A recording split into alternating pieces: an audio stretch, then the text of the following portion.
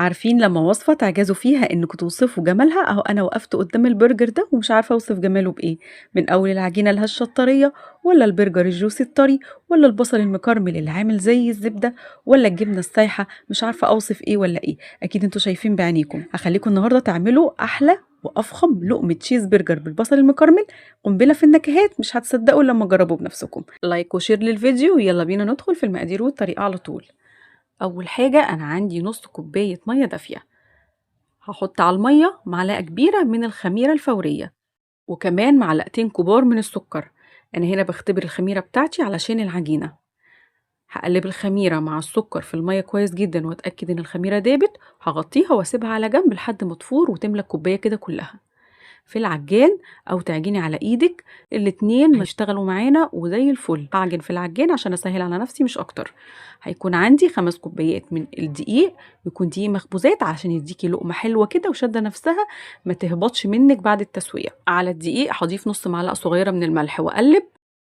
وعندي هنا الخميره فارت واتاكدت ان هي ناجحه ونشطه معايا.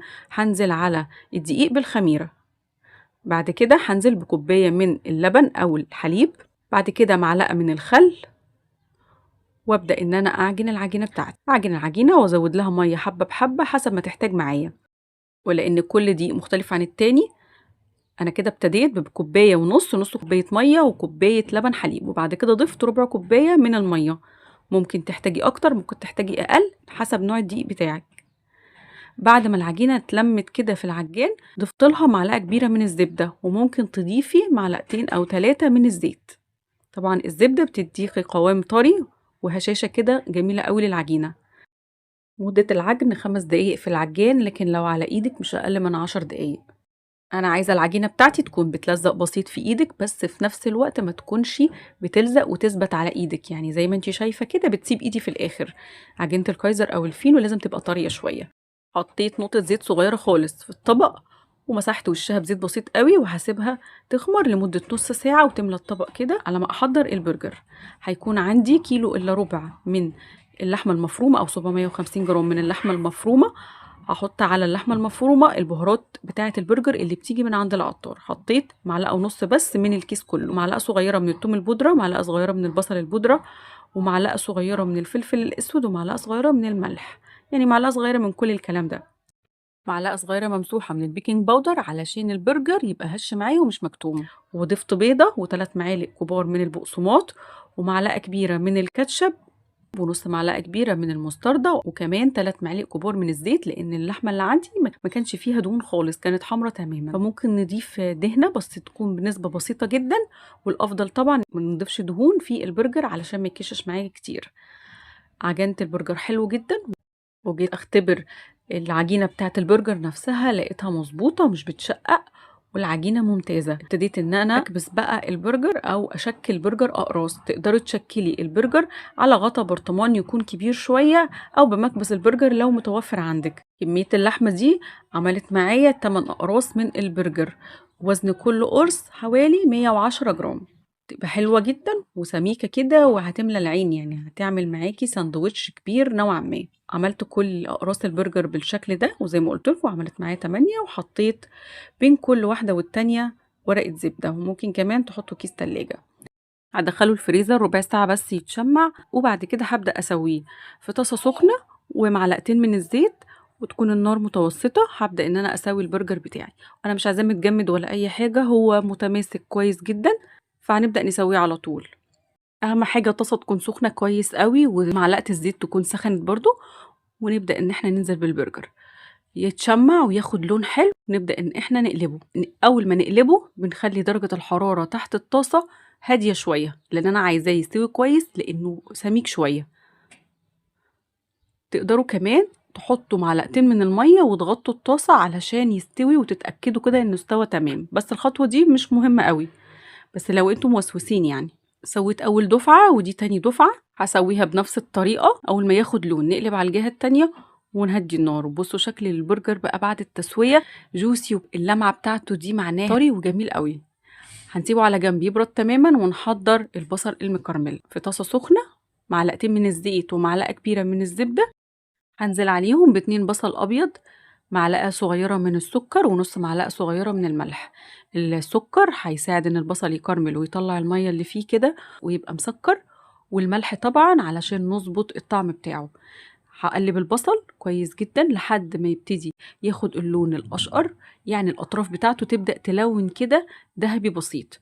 هنزل على البصل بنص كوباية من المية ومعلقة من الصويا صوص. الصويا صوص هتساعد ان البصل ياخد لون حلو وتسكيرة كمان حلوة قوي، وهيساعد كمان ان ياخد لمعة حلوة جدا، مع طبعا السكر اللي احنا ضفناه في الاول. في المرحلة دي تهدوا النار خالص شمعة وتغطوه، ومن وقت للتاني تقلبوه لحد ما يشرب المية تماما ويبقى معانا باللون واللمعة التحفة دي. هنقله في طبق خارجي كده وهسيبه على جنب، وتعالوا نحضر الصوص التحفة بتاع البرجر.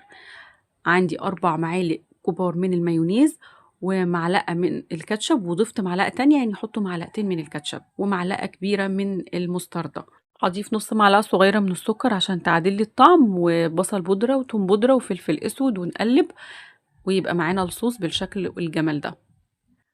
كده كل حاجة جاهزة معايا والعجينة اختمرت. ههبط التخمير وهبتدي ان انا اقسم العجين ده لكور. هتطلع معايا حوالي 9 كور، ووزن كل كورة عايزاها مثلا من 130 ل 135.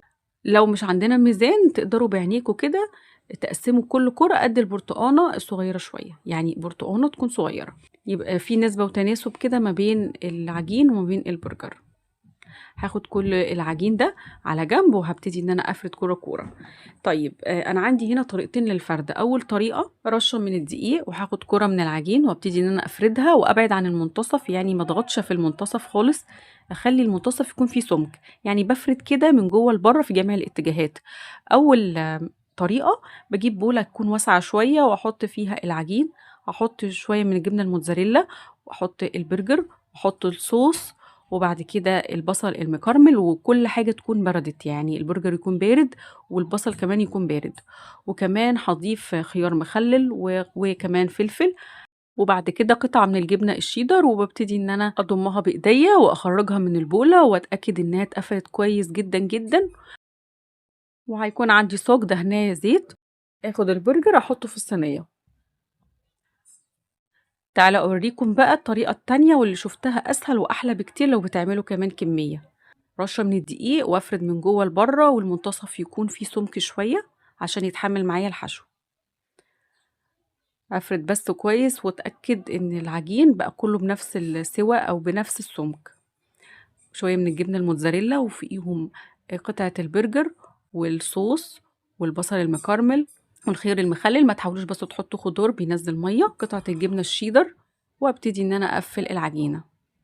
قفلوها بالشكل اللي انتوا شايفينه ده، ايد تكون ماسكة العجين اللي اتلم، والايد بتلمي بيه العجينة بتاعتك، وتضغطوا بقى عليها حلو وتتأكدوا انها اتقفلت حلو معاكم عشان مع التخمير والتسوية ما تفتحش.